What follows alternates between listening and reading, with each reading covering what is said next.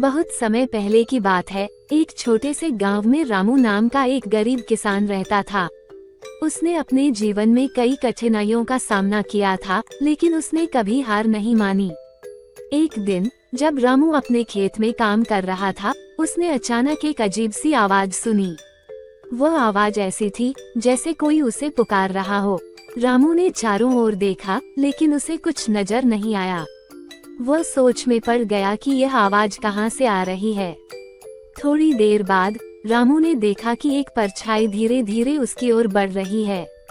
वह घबराया, लेकिन उसके पास कोई रास्ता नहीं था। परछाई पास आई और रामू से बोली, डरो मत, मैं तुम्हारी मदद करने आई हूँ। रामू ने हिम्मत जुटाई और पूछा, कौन हो और मेरी मदद क्यों करना चाहती हो? परछाई ने मुस्कुराते हुए कहा, मैं इस जंगल की जादुई परछाई हूँ। मैं उन्हीं की मदद करती हूँ जिनके दिल में सच्चाई और हिम्मत होती है।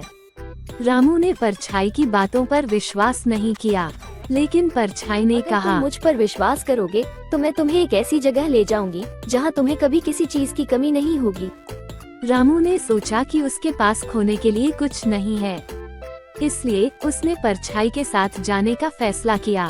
परछाई ने उसे जंगल के गहरे हिस्से में ले जाकर एक कुएं के पास रोका।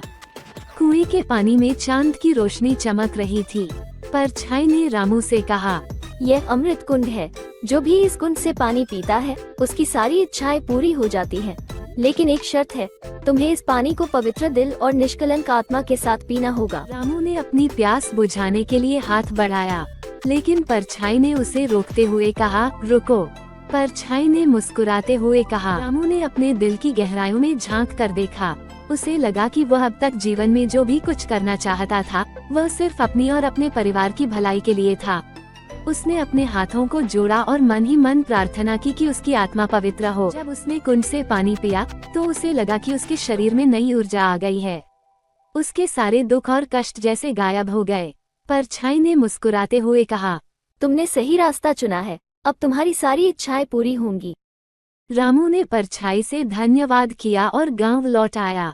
जब वह गांव पहुंचा तो लोगों ने देखा कि रामू का चेहरा चमक रहा है और उसकी चाल में आत्मविश्वास था। कुछ दिनों बाद रामू के खेतों में अद्भुत फसल उगने लगी। गांव के लोग हैरान थे कि कैसे रामू ने इतनी तेजी से अपनी हालत सुधार ली। रामू ने गांव वालों को अपनी कहानी सुनाई, लेकिन किसी ने उस पर विश्वास नहीं किया। सबने सोचा कि वह अपने अच्छे भाग्य के कारण इतना सफल हो गया है, लेकिन रामू को पता था कि यह सब उस जादुई परछाई और अमृत कुंड के कारण हुआ है। वो हर रोज उस कुंड के पास जाकर प्रार्थना करता और अपनी आत्मा को पवित्र रखता।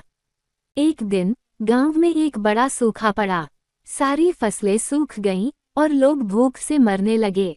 गांव वालों ने रामू से मदद मांगी, क्योंकि वे जानते थे कि वही एकमात्र व्यक्ति था जो इस संकट से उन्हें बाहर निकाल सकता था। रामू ने गांव वालों को अमृत कुंड की कहानी सुनाई और कहा, हम सब अपनी आत्मा को पवित्र रखेंगे और एक साथ मिलकर काम करेंगे तो इस सूखे का भी सामना कर सकते हैं। गांव वाले रामू की बातों पर अमल करने लगे। उन्होंने एकजुट होकर मेहनत की और धीरे धीरे उनके खेतों में फिर से हरियाली लौट आई। सूखे का असर कम होने लगा। लेकिन इस कहानी का अंत यही नहीं हुआ।